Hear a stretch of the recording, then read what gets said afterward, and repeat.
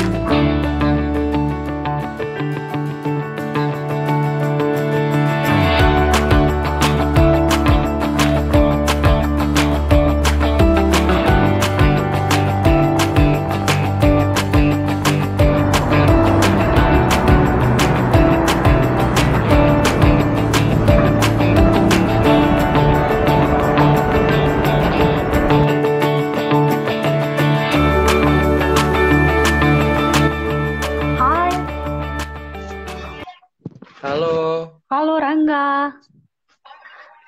Iya Mbak, kedengaran jelas nggak suara saya? Kedengaran jelas kok. Kalau suara saya gimana? Jelas. Oke deh, apa kabar Rangga? Alhamdulillah baik. Oh iya, selamat ya untuk gelar masternya. Akhirnya ya, Iya. 2 hari lalu ya. Iya 2 hari. 2 hari hari yang lalu Kamis. ya. Iya baru banget. Selamat ya. Dan oh ya, ini kan sebenarnya pertama kali ya. This is actually our first time. Kita selama ini kan chatting-chatting aja tuh, gitu. Salam kenal deh di sini ya.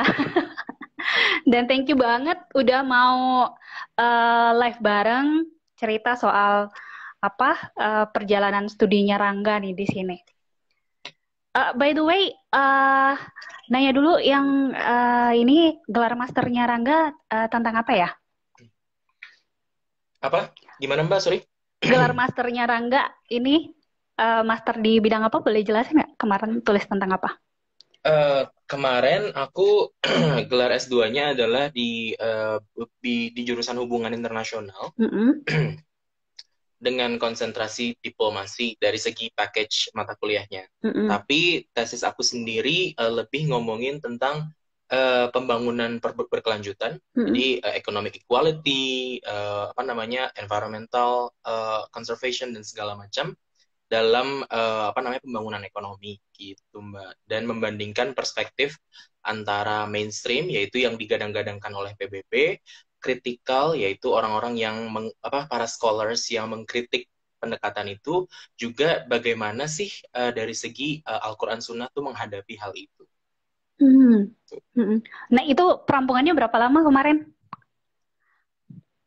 Wow, sejujurnya astagfirullahaladzim, ini tidak patut ditiru sih Mbak. Jadi kenapa tuh?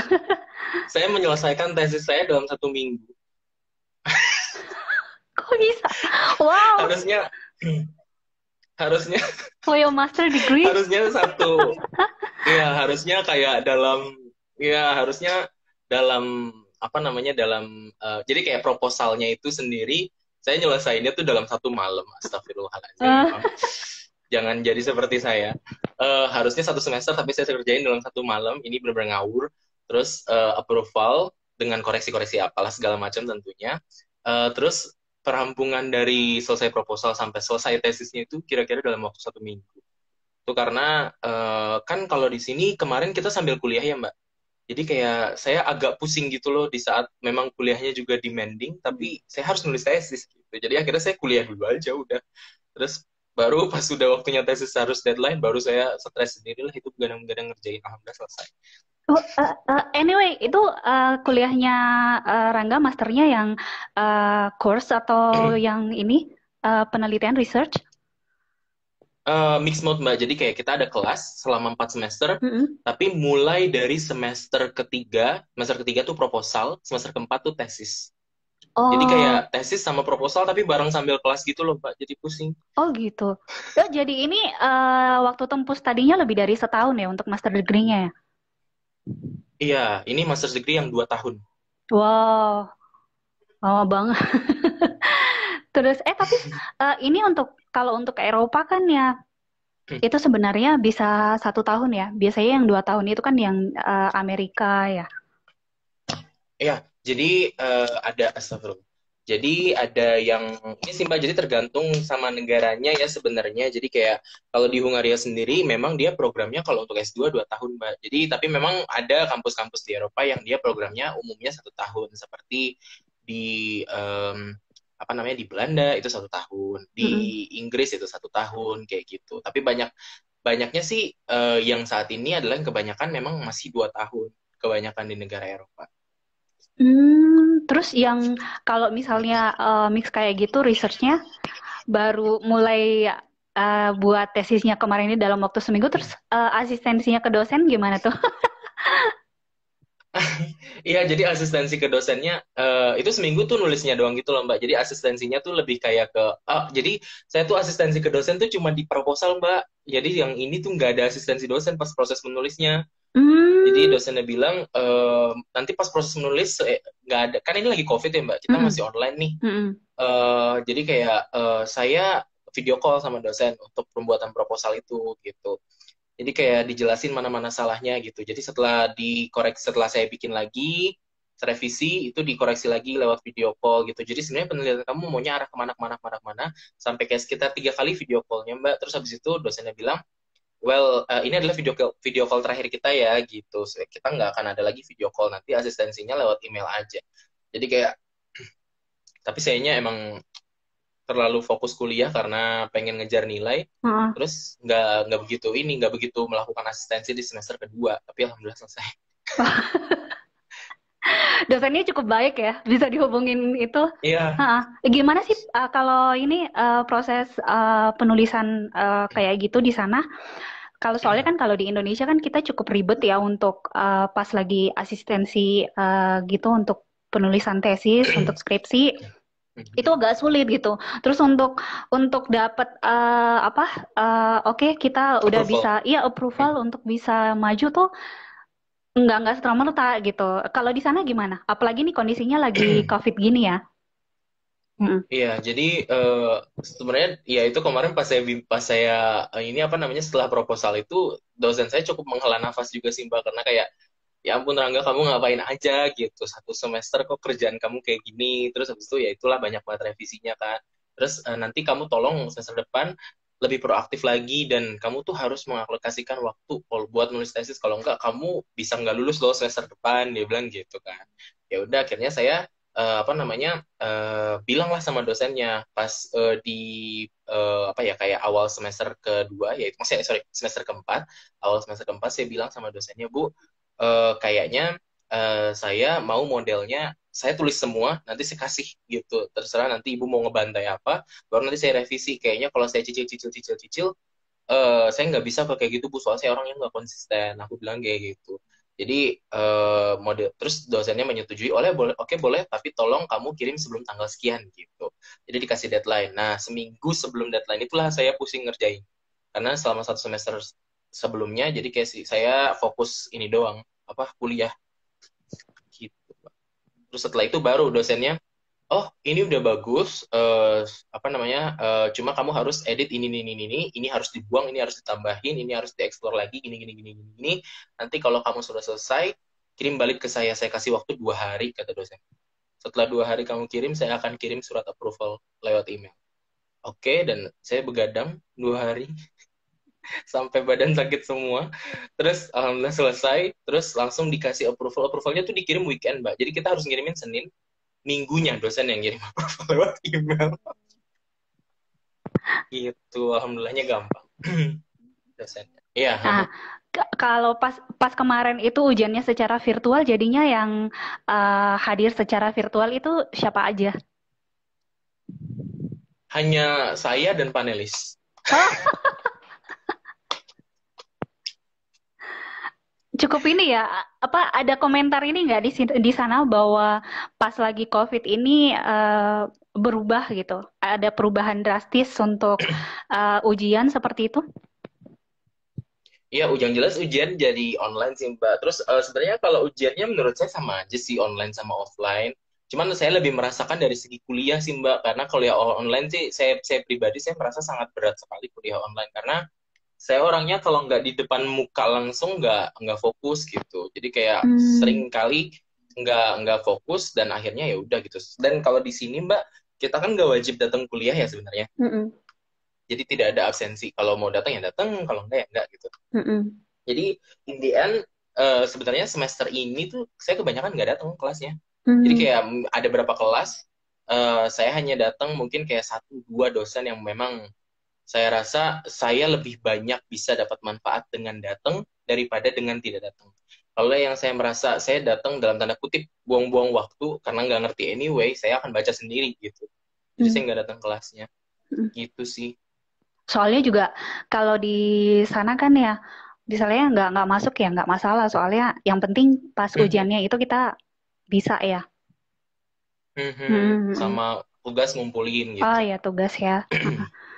Nah ini kita skip dulu yang ini. Nanti mungkin kita bicarain lagi soal kuliahnya Rangga di Budapest, Hungaria.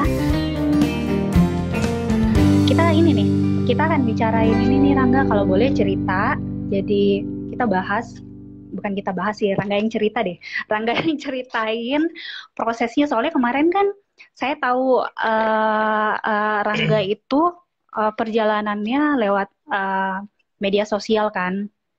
Sampai ada yang saya baca tuh eh, benar sampai ragu mungkin gitu kan, kok bisa drop out, apa terancam drop out gitu, se nggak bisa gimana sih gitu. Jadi mungkin diceritain kesulitannya waktu itu, perjalanannya akhirnya S1 kemudian S2 tuh, boleh cerita deh Rangga.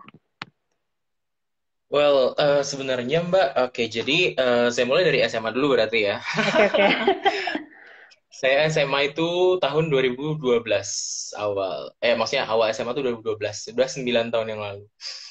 Oke, jadi saya SMA tuh di ini Mbak, mungkin Mbaknya pernah dengar atau mungkin juga enggak, namanya Man Insan Cendekia Gorontalo. Jadi Insan Cendekia ini beasiswa Mbak, Alhamdulillah. Jadi saya SMA dapat beasiswa, Alhamdulillah dari Kementerian Agama. Jadi dia sistemnya seperti pesantren, tapi bukan. Jadi kayak kami eh, belajar agama dan juga belajar ilmu-ilmu umum. Tapi kan kalau pesantren kan dia kayak agamanya lebih berat ya Mbak. Kalau kami kayak cenderung seimbang gitu. Cuman memang kayak kami ada tuntutan lebih selain belajar agama, kami juga dituntut untuk menghafalkan Al-Quran satu juz setiap semester. Itu aja sih tambahannya selain kayak bedanya dengan man umumnya dan kami diasramakan Hmm. gitu. Jadi memang kegiatannya terpadu seperti pesantren, tapi dibilang pesantren juga nggak bisa pesantren-pesantren amat karena kayak cenderung kayak sekolah umum dengan muatan agama lebih aja gitu. Hmm. Nah, di situ kita alhamdulillah beasiswa, seragam, buku, makan, tempat tinggal semua gratis, tapi dia sistemnya drop out setiap semester, Mbak. Gitu. Jadi ada syarat apa namanya untuk mencapai nilai KKM tertentu. Sebenarnya saya pas datang melihat kayak cenderung meremehkan dalam tanda kutip kayak loh KKM cuma segini gitu, cuma 70 70 70 70. Tapi ternyata di sekolah saya tuh 70 itu sangat masya Allah sekali untuk mencapainya gitu karena Hmm. kita memang kita kan madrasah aliyah negeri, tapi kita kurikulumnya tidak hanya memacu ke kurikulum standar dari Kementerian Agama dan Kementerian Pendidikan, kita juga kita punya kurikulum sendiri, Mbak. Jadi namanya kita nyebutnya kurikulum insan cendekia. Jadi kayak matematika, kita kan bilangnya bukan matematika, kita bilangnya matematika insan cendekia gitu. Fisika insan cendekia. Jadi kayak memang tidak terlalu apa namanya? Tidak terlalu mirip sama kurikulum nasional. Jadi kayak kalau pengalaman saya dulu, saya nggak tahu sekarang gimana, kurikulum nasional yang untuk UN, kita baru belajar tuh semester beberapa bulan sebelum UN, Mbak. Jadi bener-bener kayak, tapi pas itu karena kita sudah terlalu biasa, memang pelajaran kita susah banget, jadi kayak, oh lah UN gini doang ya gitu. Karena kita sudah terlalu biasa dengan yang susah-susah banget gitu di awal, yang kita setengah mati mau mengikutinya gitu. Hmm. Nah, itu waktu itu kenapa saya bisa drop out? waktu itu jadi pertama ada dua alasan. Yang pertama karena saya tidak bisa dijuruskan. Jadi kan hanya ada IPA dan IPS. Eh, saya tidak bisa dijuruskan karena nilai matematika saya tidak mencukupi. Untuk bisa dijuruskan dia harus bisa mencukupi.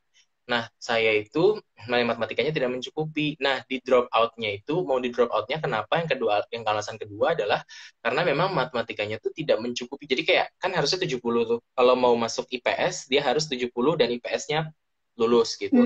Kalau mau masuk IPA, harus matematikanya 70, IPA-nya lulus. Nah, saya waktu itu IPA-nya tidak lulus, fisika. Dan matematika saya tuh di rapot waktu itu nilainya 45, Mbak, dari 100. Jauh ya di bawah ya. Karena saya benar-benar tidak bisa mengikuti kayak bagaimana sih logikanya untuk mencapai ini gitu. Bahkan kayak guru saya juga sudah yang kamu kenapa nggak ngerti nggak tahu, Ustaz, saya bahkan nggak ngerti apa yang saya nggak ngerti gitu. Terus kita di Insan Cendekia ada yang namanya semester pendek, Mbak. Jadi dia kayak repeat, ngambil ulang, jadi kayak the whole semester dipadatkan jadi 2 minggu. Itu belajar lagi dari awal, kuis lagi, ujian lagi, apa segala macam. Ternyata setelah itu pun nilai saya, kan KKN 70, nilai saya hanya 64. Nah, jadi menurut standar Insan Cendekia itu harus di drop out. Tidak bisa melanjutkan sekolah karena kan tanggung jawab ke pemerintah kan untuk beasiswanya gitu. Dan waktu itu di angkatan saya kita 120 orang satu angkatan, Mbak. Waktu itu katanya yang mau di drop out ada 8 orang di semester setelah melalui semester pertama. Nah, terus habis itu katanya tuh belum bisa bagi rapot karena guru sedang rapat. Jadi guru tuh sampai rapat berhari-hari gitu, Mbak. Terus ternyata pas keluar yang drop out jadi 6 orang doang gitu. Berarti kan ada 2 orang yang nggak jadi di drop out kan. Ya itulah akhirnya saya dengan keponya kayak siapa ya yang nggak jadi di drop out gitu. Pas lihat rapot, astagfirullahaladzim, ternyata saya yang nggak jadi gitu, salah satunya gitu. Nah itu jadi guru-guru ternyata memutuskan untuk menyelamatkan saya, jadi kayak membiarkan saya untuk lanjut dengan pertimbangan nilai yang lain itu cukup bagus gitu. Jadi tidak hanya saya bermasalah di matematika, yang diharapkan setelah ini tidak bermasalah lagi di semester kedepannya. Jadi kayak begitu saya tahu bahwa saya hampir di drop out, maka saya langsung mendekati orang-orang yang ini kan, yang of course yang bisa gitu. Jadi minta diajarin. Nah itulah saya akhirnya selalu belajar setiap hari setelah itu, Mbak, khusus matematika doang, biar memang saya pengen make sure bahwa saya tidak perlu ikut lagi semester pendek gitu, apalagi sampai beneran di drop out gitu kan, malu ya maksudnya di drop out. Ya udah, terus akhirnya alhamdulillah saya sampai lulus tidak pernah lagi matematika saya bermasalah gitu. Jadi bahkan alhamdulillahnya waktu itu nilai matematika saya terus naik setiap semesternya sampai akhirnya di kelas 12 semester terakhir tuh saya bisa dapat nilai 92 di dalam matematika di rapot dengan kurikulum yang of course semakin susah gitu. Tapi karena sayanya benar-benar belajarnya ekstrim banget, ya alhamdulillah bisa dapat nilai segitu gitu. Nah, terus itu yang Mbaknya mungkin tahu dari postingan Kopi kali ya? Iya. Tentang saya, iya. Ya, saya ngajar di situ, Mbak. Oh ya. Ngajar bahasa Inggris. Bahasa Inggris. Oh. Iya. Jadi waktu itu kenapa saya akhirnya bisa kayak saya tuh benar-benar pas drop out itu memang kayak turning point buat saya juga. Tapi yang turning point-nya itu adalah ketika itu saya lagi jajan nih di kantin sekolah. Terus ada teman saya, Mbak, jadi dia tuh anak Olimpiade OSN gitu. Dia dari sekolah sebelumnya, maksudnya di SMP-nya dia anak OSN, dan dia tuh dapat medali tingkat nasional gitu. Dan memang dia anaknya asal jeblak gitu, Mbak, ngomongnya. Saya nggak tahu apakah dia bermaksud atau tidak bermaksud. Terus dia ngomong kayak gitu, seperti yang Mbaknya mungkin ingat, saya tulis di postingan itu, kalau aku jadi kamu mah, aku mendingan pindah sekolah, ngapain maksa di sekolah kayak gini gitu, orang otak nggak mampu kok gitu. Dan itu posisinya waktu itu masih rame banget kantinnya, dan saya juga bener-bener kayak yang astagfirullahalazim gitu kan, kayak maksudnya saya udah down, ini susah banget pelajaran, ditambah ada orang ngomong kayak gitu, dan akhirnya saya teriak lah depan mukanya, lihat aja ntar gue kalau gue akan dapat beasiswa ke luar negeri sebelum lulus gitu. Oh. Terus habis itu saya nangis. Jadi kayak nangisnya adalah karena astagfirullahaladzim, gue ngapain ngomong kayak gitu ya? Gimana caranya orang goblok kayak gini bisa dapat beasiswa keluar gitu? Saya nangis karena saya justru ngomong kayak gitu kayak, ih gimana sih gue kok ngomong mindless banget gitu. Terus tapi akhirnya setelah saya selesai nangis itu saya berpikir, oh beneran ya gimana ya caranya saya dapat beasiswa ke luar negeri. Akhirnya saya minta, saya datengin guru bahasa Inggris saya kan. Jadi kalau di Insan Cendekia tuh guru tinggal di sekolah Mbak. Jadi sekolah kita bentuknya kayak kampus gitu.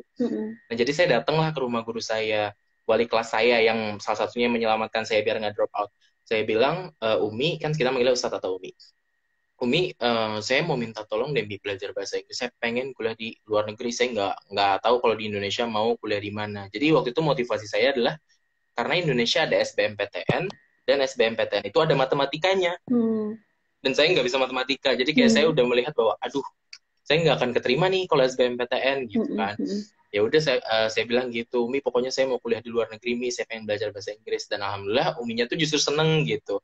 Dan ngasih kayak pelajaran tambahan setelah Isya. Jadi setelah salat Isya, itu kan kita harusnya belajar di asrama ya Mbak, dipantau. Nah itu saya ngumpet-ngumpet tuh ke rumah guru bahasa Inggris saya buat belajar bahasa Inggris. Sampai sering diomelin juga karena baru jam 10 baru pulang ke kamar kan. Kayak, kamu habis dari mana gitu. Iya, habis belajar di luar gitu. Kamu tuh harusnya belajar di asrama. Udah biasa itu ada diomelin jam gitu. Karena saya ininya nggak, ya di asrama ya? Maksudnya nggak iya boleh ada keluar. jam terpadunya Mbak. Jadi kayak saya ngumpet-ngumpet gitu. Dan saya memang tidak pernah bilang sama orang bahwa memang pada saat itu saya belajar bahasa Inggris ke rumah guru bahasa Inggris saya. Karena ya nggak ini aja, nggak apa namanya, biar takutnya kan kayak gimana gitu ya. Kalau orang tahu takutnya kayak guru bahasa Inggris saya jadi kesannya mendiskriminasi gitu kan. Jadi kayak ada orang yang dikasih lebih gitu.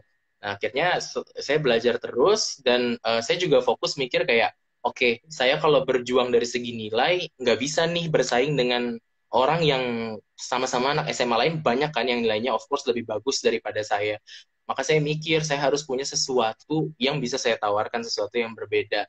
Di saat itulah saya belajar ini Mbak, belajar bahasa asing pada saat itu. Jadi kayak saya pengen dikenal, apa namanya, ketika saya daftar beasiswa orang tidak lagi melihat nilai saya, tapi dia melihat siapa saya as in capacity in person gitu. Jadi ya itulah saya kenapa akhirnya belajar bahasa asing untuk apa namanya, bisa menjadi jati diri saya. Pada saat itu saya belajar bahasa Perancis, Korea, Jerman, sama bahasa Arab kan wajib di sekolah. Nah terus apa namanya, tapi bahasa Jerman terlalu susah, jadi kayak saya give up dulu dari pas masih di level basic, nggak saya lanjutin. Nah untuk Korea dan Prancis itu yang saya seriusin, terutama yang Prancis yang saya fokus banget sama speakingnya gitu. Dan ada kompetisi apa ikut gitu Mbak. Jadi kayak apa namanya, kebetulan waktu itu ada guru bahasa Inggris baru lulus S1, kan anak baru lulus S1 masih energetik ya Mbak.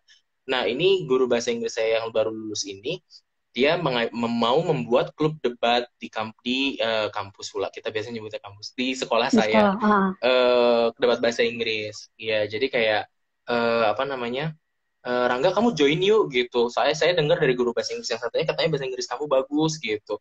Tapi saya nggak pernah debat, nih nggak apa-apa, ntar kita training, kita nyediain ntar trainer dari luar gitu. Oh oke. Terus ya udah, alhamdulillahnya saya dapat bimbingan debat gitu. Terus jadi kan belajar problem solving juga gitu ya Mbak, sambil berusaha menguasai berbagai macam bidang karena kan waktu itu debatnya tuh dari macam-macam ilmu gitu, apa namanya, temanya, dan alhamdulillah itu sangat membantu sekali. Dan saya pernah jadinya ikut lomba debat di UI tentang ekonomi, debat bahasa Inggris. Walaupun nggak juara, tapi kan kayak alhamdulillah itu di levelnya nasional, dan itu debat bahasa Inggris spesifik lagi tentang ekonomi gitu. Terus habis itu saya juga apa namanya, iseng-iseng pernah daftar dan seleksi untuk Olimpiade Ekonomi Syariah di Universitas Airlangga.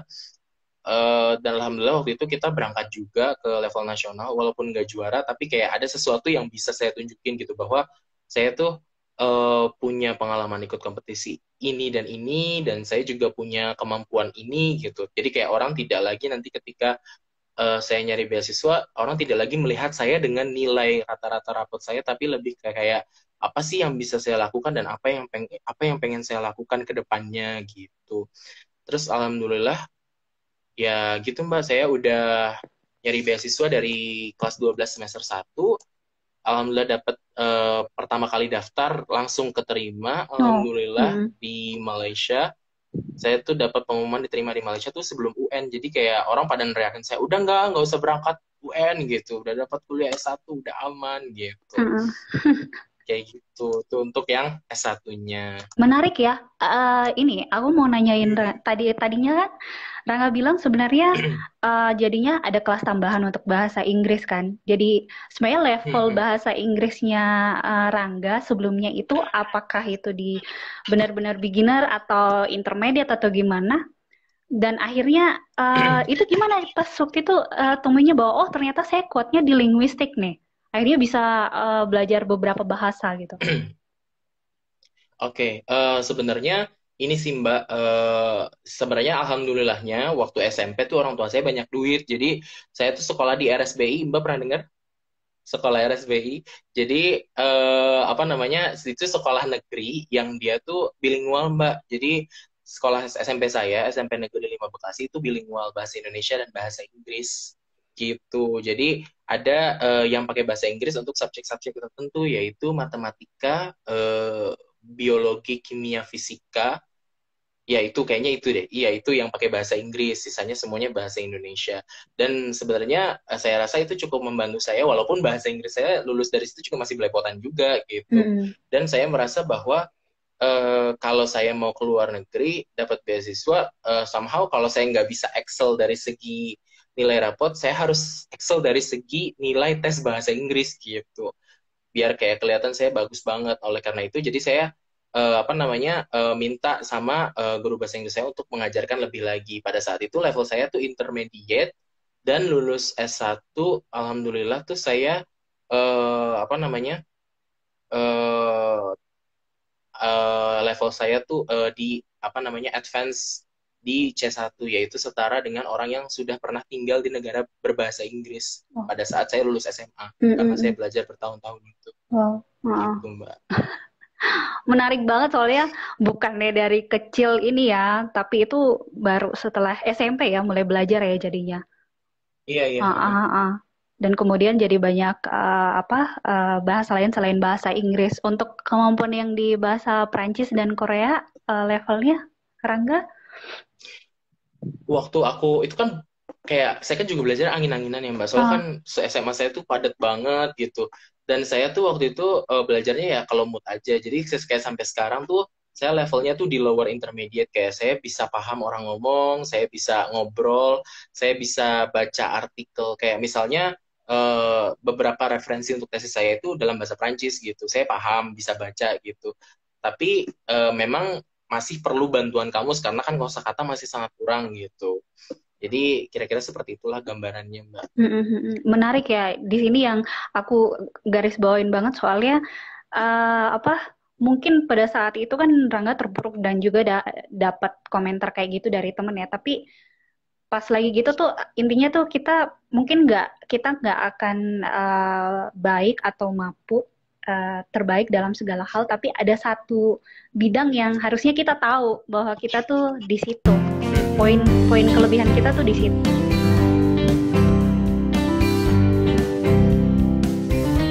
Kemudian jadinya lanjut untuk cerita Rangga yang akhirnya mau dapat beasiswa itu, akhirnya kepikiran itu kan dari gara-gara nantangin teman itu ya. Lihat aja tuh itu. Nanti saya akan Iya, bangun. gara-gara itu.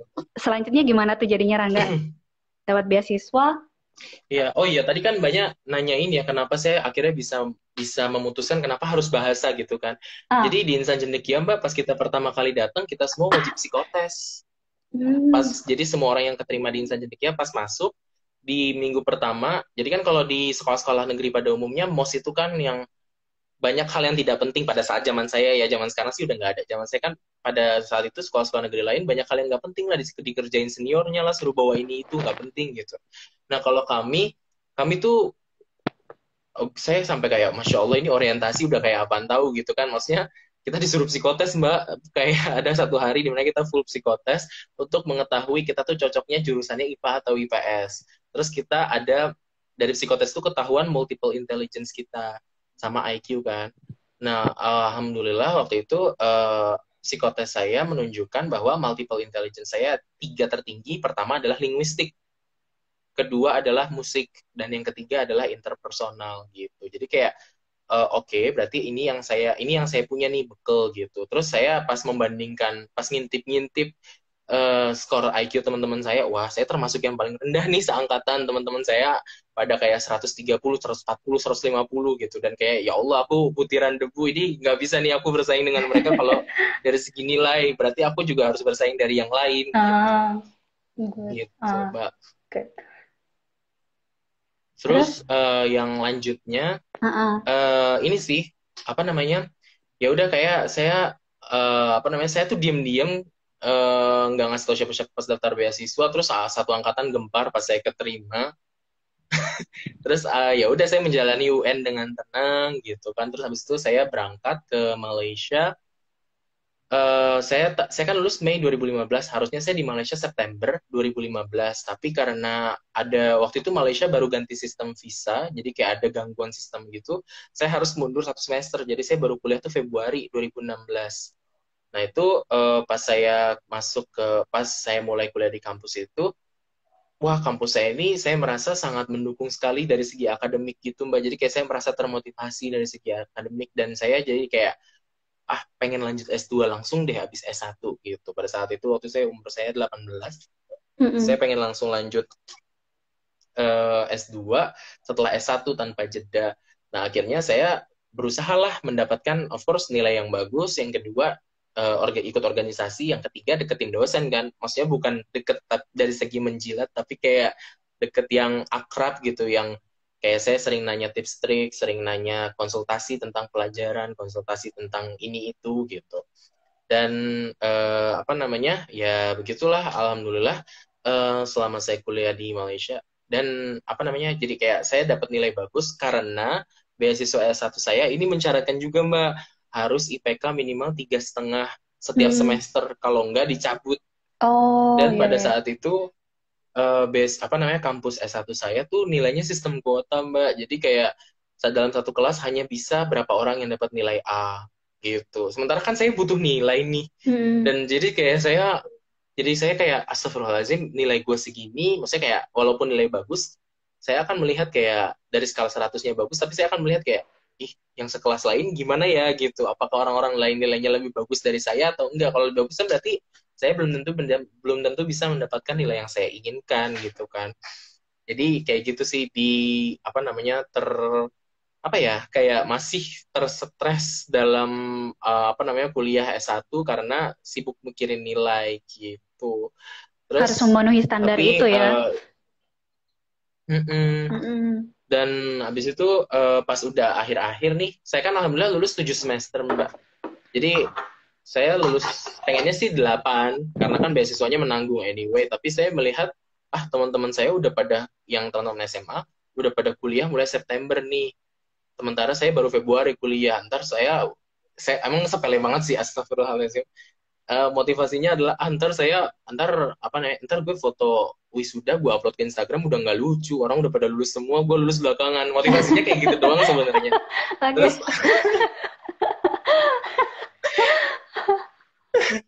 Terus ya udah saya berusaha untuk lulus 7 semester. Jadi kayak di kampus saya waktu itu masih sangat fleksibel, dan tugas akhir itu saya tarik Mbak ke semester 5, memang gila. Jadi sampai diomelin sama dosennya kayak, kamu ngapain di sini Rangga? Kamu anak semester 5. Kamu emang tahu apa yang mau kamu tulis gitu. Nggak apa-apa Bu, saya nggak mau pusing di akhir, tolong biarkan saya mengambil ini semester ini. Terus akhirnya boleh, dan alhamdulillah lulus juga gitu. Terus ya udah, semester 6 semester 7 berarti kan tinggal kuliah doang nih. Nah saya semester ke-6 udah nyari beasiswa Mbak. Jadi dari akhir semester ke-6 itu saya udah ikut IELTS, daftar beasiswa kemana-mana, dan pada saat itu saya daftar ke 29 kampus di seluruh dunia dari ujung sampai ujung. Yang terjauh saya daftar di Eropa tuh adalah di University of Helsinki di Finlandia, yang tidak keterima karena sepele sekali alasannya, posnya telat nyampe. Oh. Begitu. Mm-mm. Terus ya 29 kampus itu saya daftar di Eropa sama Asia sih. Jadi kayak hanya Eropa dan Asia doang. Saya tidak daftar ke Amerika, nggak, saya nggak daftar. Ke Australia nggak, saya nggak daftar. Jadi hanya Eropa dan Asia doang. Dan alhamdulillahnya dari 29 itu saya keterima di 6 tempat. Semuanya jurusan hubungan internasional. Yang pertama tuh yang pertama kali keluar offer letternya itu adalah di Inggris dari Mm-mm. The University of Sheffield di kota Oh, Sheffield. oh. Itu masuk top 100 dunia juga, Iya kayak kalau saya ranking nggak salah. ke-70 gitu pada saat. Mm-mm. Masih, masih. Yang kedua adalah The University of Westminster di London. Saya juga keterima di situ. Terus di Belanda, saya habis dari Inggris keluar tuh, yang keluar tuh yang di Hungari dulu kampusnya keterima, yaitu di University of Pannonia. Itu kota kecil, saya nggak tahu, saya cap-cip-cup milihnya Mm. pas daftar beasiswa. Terus yang selanjutnya keluar adalah kampus saya yang sekarang, yang saya baru lulus ini, dari Corvinus University of Budapest di kota Budapest. Habis itu terakhir keluar offer tuh dari Belanda, Mbak. Yang keluar itu ada di Leiden Wow. University. Ah, Waktu itu pada saat saya keterima, dia HI-nya tuh termasuk 10 besar dunia. Alhamdulillah banget, saya kayak menjerit-jerit di kampus begitu keterima di Leiden kan, kayak wah gue keterima di Leiden gitu. Terus sama University of Amsterdam, tapi sayangnya saya nggak sempat daftar beasiswanya yang Belanda, jadi kayak ya sudahlah gitu, emang gak rezeki gitu. Terus di Inggris juga beasiswa saya tuh nggak keterima, jadi kayak saya udah ditolak sama sekian banyak beasiswa. Terakhir akhirnya ternyata saya keterima di sini di Hungaria, itu kayak udah tinggal, memang terakhir semuanya udah pengumuman kecuali yang di sini untuk beasiswanya. Ya ternyata saya dapat beasiswanya di sini, ya udah saya berangkat ke sini gitu. oh, jadi ini perjalanannya untuk yang S2 sama nggak dengan yang S1? Waktu itu Rangga juga apply ke berapa universitas yang kalau yang S1-nya? Apa emang langsung yang ke Kalau Malaysia aja? S1 Kalau S1 sebenarnya aku daftar dua beasiswa, Mbak, Malaysia sama Turki. Hmm. Tapi aku tuh daftar ke Turki dalam posisi aku sudah seleksi tahap terakhir di Malaysia. Jadi kayak aku udah one shot gitu loh, lancar banget alhamdulillah. Yang daftar ke Malaysia tuh nggak Hmm. kayak cuman sekali daftar terus langsung seleksinya berapa tahap terus alhamdulillah selalu lulus dan udah di tahap terakhir. Cuman waktu itu aku kepengen ke Turki aja, maksudnya kayak waktu itu pikiran aku apa sih, Malaysia negara sebelah doang nggak seru gitu. Ah, Terus aku daftarlah ke Turki, tapi yang ke Turki aku nggak keterima gitu. I see. Kalau yang untuk S2 ini berapa lama? Apa itu juga langsung kayak one shot gitu, langsung langsung dapat atau itu Rangga juga cukup hunting juga untuk beasiswanya atau universitasnya mungkin? Oh, aku karena memang sudah niat pengen langsung lanjut S2, aku dari semester 1 S1 aku udah bikin list, Mbak, beasiswa sama kampus yang Hmm, bakalan bisa aku daftar ke depannya gitu. Yang tanpa harus, kan ada yang beasiswa wajib pengalaman kerja ya, Mbak. betul. Nah, itu aku berarti kan tidak menginclude itu gitu. Jadi kayak aku memang dari semester 1 S1 tuh sudah bikin list itu gitu. Jadi kayak aku mau daftar kemana aja. Dan aku memang seperti yang tadi aku bilang, aku daftar 29 kampus tuh bukan hanya kampus. Jadi yang bisa beasiswa ke sana, aku juga sekalian daftar beasiswanya. Dan alhamdulillah semuanya ditolak kecuali di sini. Hmm. Gitu. Sampai udah hopeless. Oh, jadi yang kampus sebelumnya itu nggak keterima beasiswanya. Itu dari sekian, dari 29 ini, ada nggak sih yang maksudnya Rangga itu apply-nya kampus dulu atau beasiswanya dulu? Oh, itu tergantung, Mbak. Jadi tergantung skema beasiswanya. Jadi memang saya ada yang kampus dulu baru beasiswa, ada yang beasiswa sekalian kampus, ada yang beasiswa dulu baru kampus gitu. Nah, yang 6 yang keterima ini yang di apa namanya? Kalau yang di Belanda sama di Inggris itu adalah kampusnya dulu baru nyari beasiswa. Sementara kalau yang di Hungari ini dia satu sistem integrated gitu, Mbak. Cuman Mm-mm. memang pengumuman keterima kampusnya adalah keluar duluan. Hmm. Beasiswanya pengumumannya keluar belakangan gitu. Mm-mm. Tadi yang Rangga sebutin yang kampus yang lainnya kan cukup cukup ini juga ya, bagus juga ya, seperti Leiden, Amsterdam juga gitu. Itu waktu itu buatnya gimana? Apa aja persyaratannya? eh Standar sih Mbak, jadi kayak misalnya apa namanya ya IELTS, terus apa namanya rekomendasi, terus habis itu ya transkrip, surat keterangan akan lulus karena waktu itu kan saya belum lulus, sama apa namanya mungkin diminta writing sample juga, jadi kayak seperti apa sih gitu. Yang itu writing sample maksudnya berupa esai gitu ya Rangga ya? Iya, heeh. Mm-mm, mm-mm. Jadi kayak esai akademik. Ah, nah itu kan untuk nulis esai bukan hal yang gampang tuh. Mungkin Rangga bisa sharing nggak waktu itu yang dari pengalaman Rangga buat esai kemana-mana nih gitu. Apa sih yang perlu diperhatikan? Apa tuh yang waktu itu yang Rangga tawarkan? Maksudnya promosiin dirinya Rangga gitu. Oh, oke. Sebenarnya lebih ke highlight ini sih Mbak, kayak bagaimana kita kayak maksudnya kan kebanyakan orang salahnya adalah dia apa namanya memang kayak fokus ke luar negeri kuliah pengen jalan-jalan gitu. Well, saya juga gitu. Hmm. Pengen jalan-jalan tapi kayak jadi kayak kita tuh selain itu kita emang benar-benar harus riset banget kayak kita mau kuliah ke luar negeri kemana gitu. Mau ke luar negeri kemana, ke negaranya udah dapet, negara mana, mau ke kampus mana. Terus misal kita udah dapet kampusnya, kenapa harus kampus itu dari sekian banyak kampus di ini gitu, di negara itu, dan sekian banyak kampus di dunia ini, kenapa harus kampus itu di negara itu, jurusan itu gitu. Jadi kayak bener-bener bahwa kita sok-sokan ini aja sih Mbak, kalau waktu itu saya kayak sok-sokan mencocok-cocokkan diri ini loh gitu. Kan itu loh kenapa saya harus kuliah di kampus kamu, di bukan bukan di tempat yang lain kayak gitu. Sama apa namanya? Lebih ke apa namanya? Relate cerita hidup kita sih, kayak ada nggak sih yang bisa direlate dengan itu cerita hidup kita atau pengalaman kita gitu. Dan semuanya ini kalau untuk beasiswanya sendiri sama juga nggak gitu? Polanya Rangga waktu itu untuk esai? Mm-mm. Of course, jadi kayak apa namanya, kenapa harus ke negara ini? Maksudnya kayak mungkin kalau negara-negara yang mainstream dan tanda kutip gampang ya Mbak mikirnya kayak misalnya Inggris, Amerika Serikat gitu.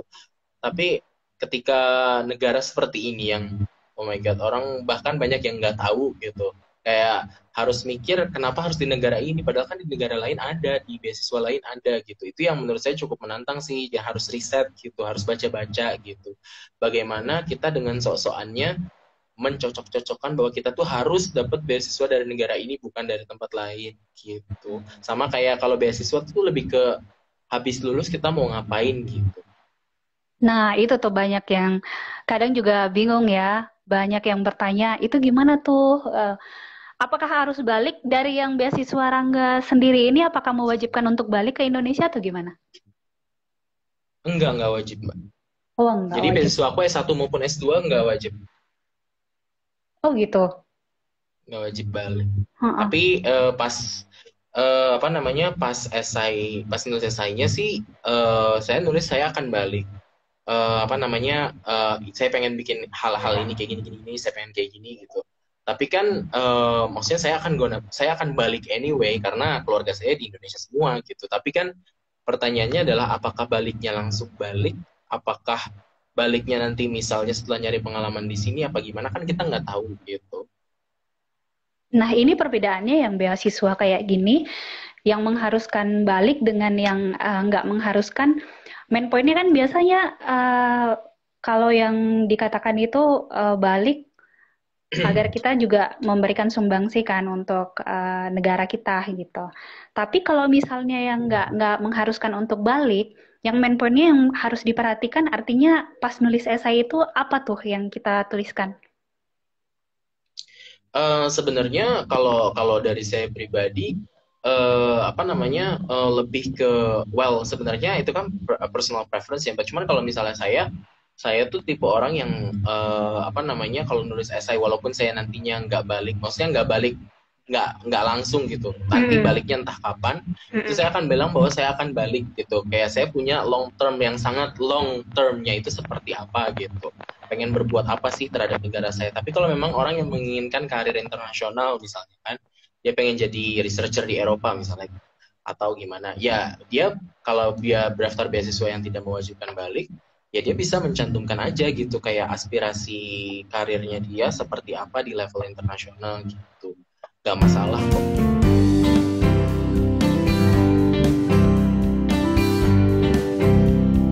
Beasiswa Rangga yang untuk S2 ini itu beasiswanya diadain bukanya tiap tahun kah? Di bulan berapa gitu? Terus persyaratannya apa aja sih?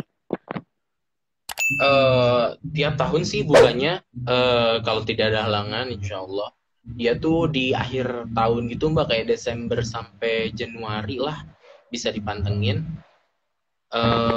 antara situ. Dan sebenarnya enak sekarang mah kuotanya udah lebih banyak Mbak. Jadi untuk yang beasiswa Hungary ini, mulai tahun kemarin, tahun ini sorry, mulai tahun ini 2021 nih yang baru datang maksudnya, mereka tuh kuotanya 100 orang. 100 Jadi banyak. Iya, banyak.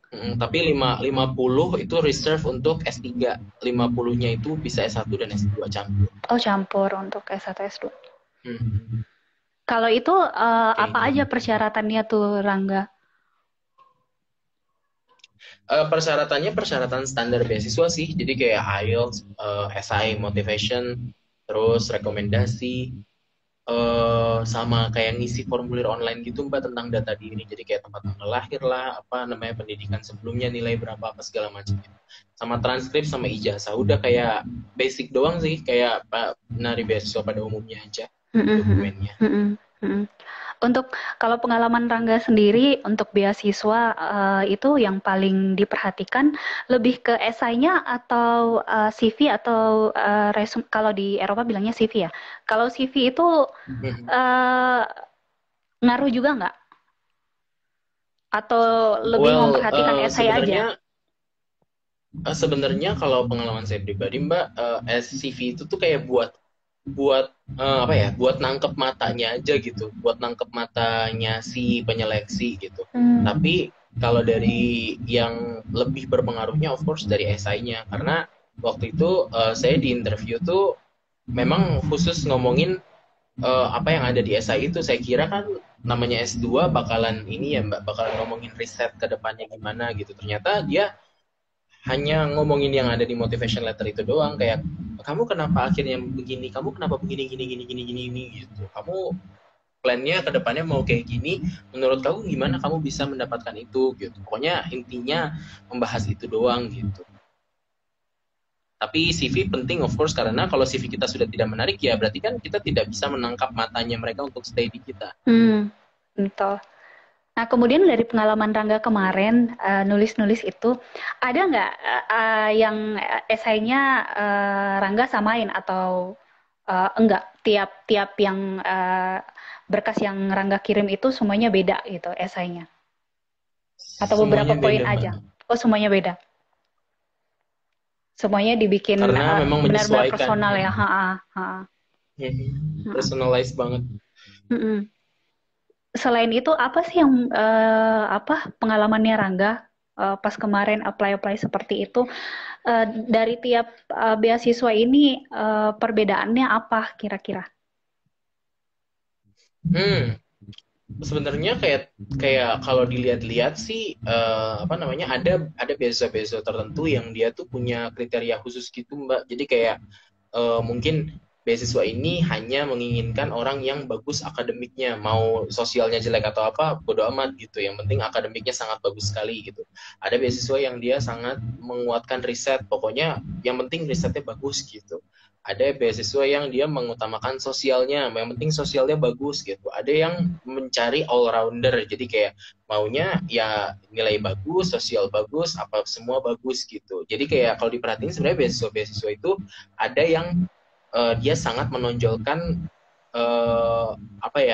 kriteria penerimanya seperti itu gitu. Tapi ada juga memang beasiswa yang kita nggak tahu orang yang dia cari seperti apa gitu. Jadi memang benar harus dilihat aja sih gitu, berdasarkan kriteria persyaratannya. Kalau beasiswa yang Rangga terima ini, kelebihannya apa sih yang fasilitas diberikan kepada mahasiswanya? Yang di sini itu kuliah of course, biaya hidup, asuransi kesehatan, udah sih mainly itu Mbak. Full Tiket ya? pesawat tuh nggak dapet. Oh, enggak. Tapi tiket pesawat nggak dapet. Iya, kayak masih bisa dibilang full scholarship, tapi tiket pesawatnya nggak dapet gitu. Itu aja sih ya yang nggak ini ya. Tapi kan kalau tiket pesawat juga bisa diusahain lah ya. Apalagi kalau udah di Eropa untuk baliknya lagi lebih mudah lagi kan. Memungkinkan nggak itu beasiswanya untuk apa part time gitu? Soalnya kan biasanya ada yang apa kayak batasan. Nggak boleh. Bisa Mbak, jadi kayak batasnya adalah 24 jam 1 minggu untuk part time gitu. Kalau selama semester, tapi kalau lagi libur ya boleh full time. Kalau aturan di negaranya sendiri di Hungaria itu untuk mahasiswa asing kerja part time ada batasan juga nggak jam kerjanya? Sama persis seperti itu. Sama persis seperti itu, 24 jam untuk seminggu. Selama di sana Rangga pernah ini nggak part time? Ngambil part time job? Aku nggak pernah sih Mbak kalau part time di sini. Jadi part time aku adalah kerjanya di Indo semua. Semuanya yang ngajar online gitu ya? Iya, ngajar online semuanya dari sini ngajar di Indo. Kalau yang di ini perbedaannya, kelebihannya pas Rangga kuliah di Hungaria ketimbang negara-negara lain yang di Eropa itu boleh cerita nggak apa kira-kira yang menarik setelah Rangga di sana? Aku bisa bilang ini sih Mbak, lebih ke sebenarnya kalau kuliah di Eropa katanya sih sama aja kita mau kuliah di mana karena dia kan dia standardized Mbak. Jadi ada yang namanya Bologna Process. Itu dimana kayak pendidikan tinggi di Eropa tuh terstandardisasi kayak apa yang harus dipelajari gitu kayak dan kayak gimana caranya itu kayak terstandardized kita mau kuliah di mana juga selama dia di Uni Eropa gitu dan apa namanya mungkin lebih ke apa ya lebih ke pengalaman ininya aja sih pengalaman hidupnya doang maksudnya kayak aku di sini mengalami bahwa setelah mengunjungi beberapa negara tetangga di Uni Eropa, aku merasa bahwa sebenarnya yang paling nyaman hidup tuh ya di sini, di Budapest ini karena di sini tuh udara bersih banget gitu, terus kotanya juga bagus banget gitu, maksudnya kayak aku sering ngeledekin anak-anak tuh, kita berasa di Eropa ya gitu, karena emang bener-bener apa namanya, bener-bener berasa gitu loh kayak stereotipikal Eropanya tuh kerasa sekali gitu, dan apa namanya, dan orang-orang di sini ramah gitu dibandingin orang-orang Eropa lainnya gitu, kayak saya sampai kaget kalau di sini tuh maksudnya gimana ya di sini bahkan orang yang nggak kenal aja tuh saling menyapa gitu loh Mbak di jalan jadi kayak apa namanya orang main nyapa kan kayak sambil senyum gitu kayak bahasa sini sih ya gitu hai terus kayak do I know you gitu saya juga sempat kaget gitu terus kalau misalnya masuk ke toko gitu kita bilang halo gitu sih ya terus habis itu kalau habis selesai transaksi kita bilang makasih terus habis makasih have a nice day gitu dalam bahasa sini terus kayak ya itu terima kasih have a nice day selamat tinggal 3 itu kalau habis belanja dan itu kayak sebenarnya saya pas awal kayak apa sih gitu tapi ya itulah sekarang mah udah biasa. Oh ya boleh bahas sedikit dong Rangga extra effortnya Rangga kemarin apply beasiswa itu lumayan banyak loh 29 dan ya, itu kan Rangga bilang itu udah mulai nyari itu dari semester 1 sebenarnya gitu. Extra effortnya apa tuh yang Rangga lakuin gitu? Ataukah mungkin buku atau semacamnya mungkin minta bantu untuk review tiap esainya Rangga gitu? Yang jelas dari segi effort nyarinya itu udah ekstra kan, maksudnya kayak nyari-nyari di Google gitu satu-satu, bener-bener kayak bukan hanya halaman pertama Google, tapi kayak sampai halaman sekian belas juga saya jabanin, saya bukain satu linknya gitu. Kalau misalnya saya lagi kepengen gitu, terus habis itu IELTS saya tes 2 kali Mbak. Jadi yang pertama itu nilai saya 7, tapi rating saya 5,5, jadi nggak bisa dipakai. Karena untuk S2 rating minimal 6. Nah, terus habis itu jadi saya ngulang. Jadi kayak saya nggak ikut kursus, saya belajar benar-benar purely sendiri. Jadi saya tes IELTS itu 2 kali. Terus saya tuh effort lainnya adalah, ya itu sih kayak konsultasi sama dosen. Jadi alhamdulillahnya di kampus saya tuh di Malaysia dosennya tuh sangat suportif sekali gitu loh Mbak. Jadi kayak apa namanya, janjian lewat email, lewat WhatsApp gitu, gampang. Kalau misalnya memang bisa bisa, kalau enggak, kalau bisa kapan di mana gitu. Dan memang pasti ya jam segitu kita akan ketemunya. Terus memang saya konsultasi rencana S2 gimana, saya harus menulis esai gitu, memang benar-benar sama dosen-dosen saya benar-benar didampingi gitu. Terus saya nulis esai, saya minta review, terus saya koreksi lagi, terus minta review lagi, mondar-mandir kayak gitu. Terus habis itu saya juga apa ya, pas S2 tuh ya of course ini bolak-balik ke DHL Express buat ngirim dokumen ke luar negeri, ke Korea Selatan lah, ke Taiwan lah, ke Inggris lah, ke Finlandia lah, kemana lah gitu kan. Terus habis itu selain itu saya juga ini sih apa namanya, benar-benar yang personalize itu benar-benar menyita waktu banget, karena misalnya berarti kan saya kalau misalnya saya daftar ke Leiden kemarin, saya kan harus tahu kan Leiden tuh isinya apa gitu, jurusan saya di Leiden tuh isinya apa bedanya dengan kampus lain, apa yang spesifik di Leiden gitu, sampai saya baca sejarah mahasiswa Indonesia di Leiden tuh seperti apa gitu, untuk bisa pokoknya saya keterima gitu di Leiden. Terus habis itu itu satu contohnya, tapi berlaku buat yang lain juga. Bahkan untuk waktu saya daftar beasiswa ke Korea tapi nggak keterima, itu bahkan saya motivation letternya pun saya buat dalam bahasa Korea. Jadi saya bikin malam-malam tuh, saya nggak biasa ngetik pakai bahasa Korea di komputer, jadi saya tulis tangan. So, habis itu saya ketik lewat HP, baru saya copy paste ke Microsoft Word. Terus saya minta koreksi sama teman saya yang jurusan sastra Korea. Ini udah bener nggak sih? Apa yang kurang, apa yang kurang gitu. Kira-kira seperti itulah. Ya extra effortnya sampai sebenarnya capek juga sih. Maksudnya udah gitu kan nggak keterima ya Mbak. Baru udah terakhir banget, pengharapan terakhir baru keterima. Tapi ya itu. Kalau yang untuk Hungaria ini apa? Rangga sekali ini ya langsung lulus atau berapa kali? Sekali aku, jadi aku tuh daftar beasiswa alhamdulillah cuma sekali Mbak. Maksudnya sekali satu robot hajar gitu. Jadi ini adalah waktu itu adalah kali pertamanya saya daftar beasiswa S2 dan alhamdulillah langsung dapat, dalam tanda kutip langsung. Iya. Ada berapa tahapan seleksi? Untuk yang kesini dia ada pertama tuh seleksi tahap apa namanya,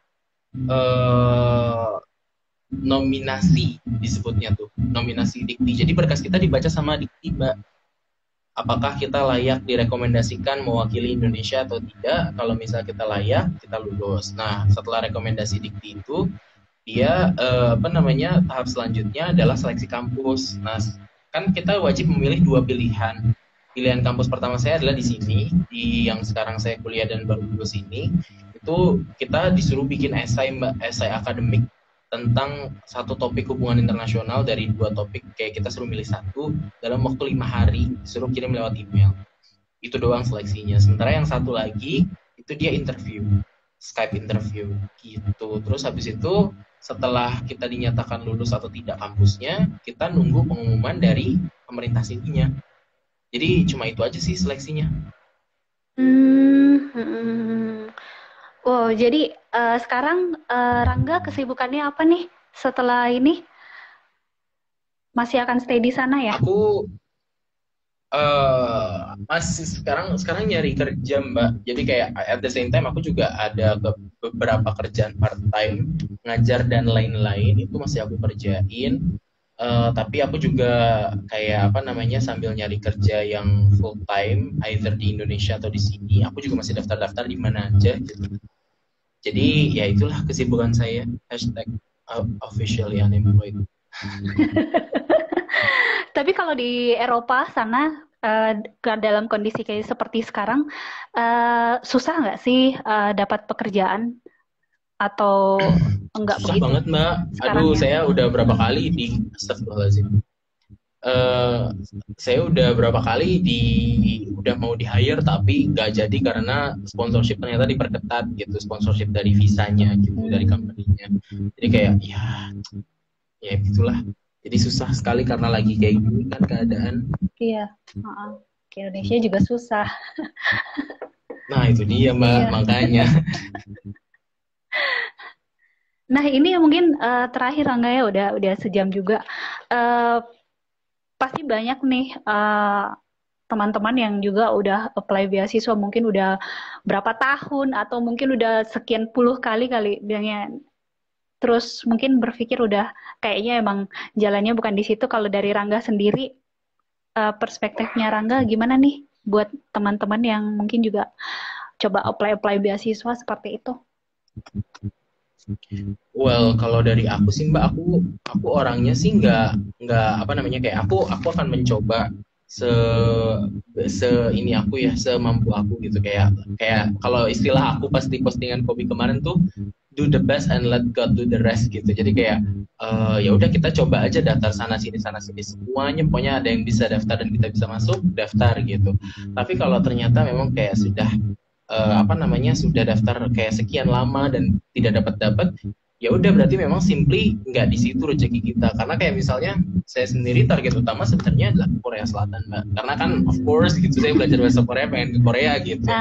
Tapi apa namanya, nggak keterima gitu, bahkan untuk seleksi berkas aja saya nggak lulus gitu. Bahkan sampai kayak adik saya nanya, kok lu bisa sih dengan rela hatinya pengennya ke Korea, berangkatnya ke Hungari. Terus saya bilang gini, kalau gua ngotot sengotot-ngotot itu bisa gila gue gitu. Kayak ya udah, orang target utamanya kan S2. Memang target kepengen ke Korea, tapi kan target utamanya S2. Terus ada kesempatan S2 beasiswa, ya udah gitu, walaupun bukan di Korea gitu. Jadi kayak ya udah gitu. Tapi yang aku pelajarin dari Rangga ini ya, maksudnya Rangga itu cukup kompetitif. Pada situasi-situasi tertentu terlihat kompetitif banget loh. Dan sebenarnya mungkin itu banyak yang bilang gitu Mbak. Iya, menurut aku sih gitu ya Rangga ya. Pada mungkin nggak pada tiap hal gitu. Tapi momen-momen ini tuh ternyata Rangga tuh cukup kompetitif gitu. Bahkan mungkin untuk orang lain nggak kepikiran, tapi Rangga seperti yang tadi Rangga cerita itu ya.